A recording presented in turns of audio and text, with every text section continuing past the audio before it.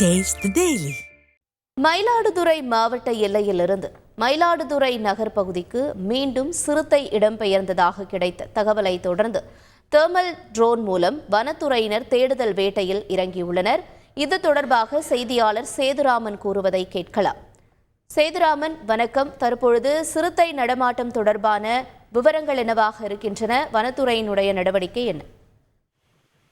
மயிலாடுதுறை மாவட்டத்தில் கடந்த 2ஆம் தேதி அந்த சிறுத்தை ஒன்று பொதுமக்கள் அளித்த தகவலின் அடிப்படையில் வனத்துறையினர் மற்றும் தீயணைப்புத்துறையினர் மற்றும் காவல்துறையினர் தேடி வந்தனர். அதைத் தொடர்ந்து மயிலாடுதுறையில் இருந்து 22 கிலோமீட்டர் தூரமான கல்ஜுவாய் பகுதியில் உள்ள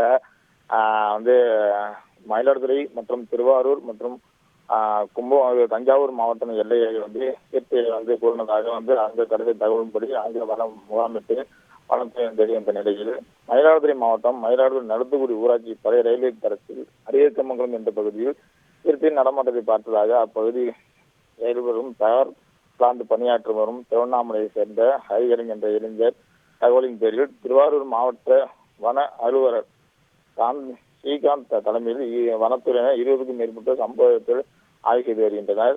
சிறுத்தை கால்தரம் என கூறப்படும் சந்தேகத்துடன் இடமான கால்தடத்தை ஆய்வு செய்தனர்.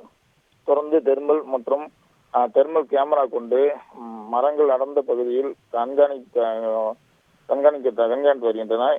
இரவு நேரங்களில் தனியாக வெளியே செல்ல வேண்டாம் என்று பகல் நேரத்தில் செயல்பட்டு வரும் என்று மாவட்ட வன அலுவலர் கிருஷ்ணன் தெரிவித்தார்.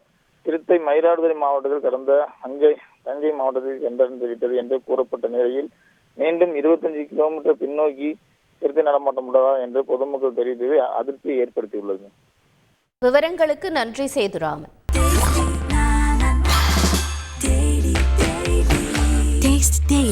Taste the Daily.